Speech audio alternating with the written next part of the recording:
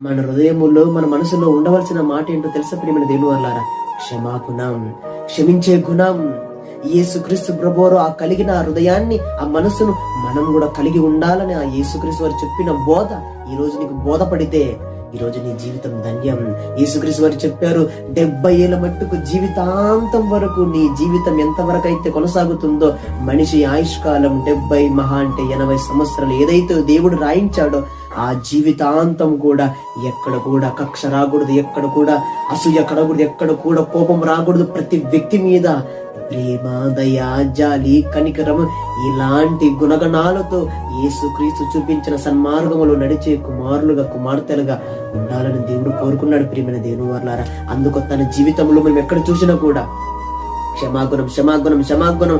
ఈ క్షమాగుణము చేత ప్రపంచాన్ని జయించాడు యేసుక్రీస్తు. ప్రేమ సామ్రాజ్యాన్ని స్థాపించాడు. ఈ లోకములో ఎంతో మంది రాజ్యాలను జయించిన వారు ఉన్నారు, సింహాలను చీల్చిన వారు ఉన్నారు, యుద్ధాలు చేసిన వారు ఉన్నారు. కానీ ప్రేమ చేత సామ్రాజ్యాన్ని స్థాపించిన వారు ఎవరు లేరండి. ఓన్లీ కేవలం ఒకే ఒక్కడు, ఆయనే మన ప్రభు అయిన యేసుక్రీస్తు ప్రభు వారు మాత్రమే. ఆ ప్రభు అయిన యేసుక్రీస్తును ధరించుకున్న మనము, ఆయన చెబుతున్నాడు, మీరు దేవునికి పరలోకమందు నా కన్న తండ్రికి మీరు కుమారులుగా, కుమార్తెలుగా ఉండాలంటే మీరు ఏం చేయమన్నాడు? మీ శత్రువులను సహితం మీరు ప్రేమించండి. వారు మిమ్మల్ని తిట్టినా, నెట్టినా, బాధ పెట్టినా, మీ మీద అవమానాలను రేపినా, మిమ్మల్ని నిందించినా, ఎన్ని అవహేళన చేసినా, మిమ్మల్ని దూషించినా, మిమ్మల్ని తూలనాడినా కూడా ఏం చేయమన్నాడు?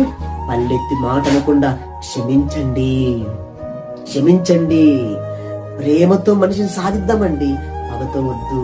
పగతో ప్రేమను మనం చల్లార్చలేం, ప్రేమతో పగని చల్లార్చగలం. ప్రేమని దేవుని వారలారా.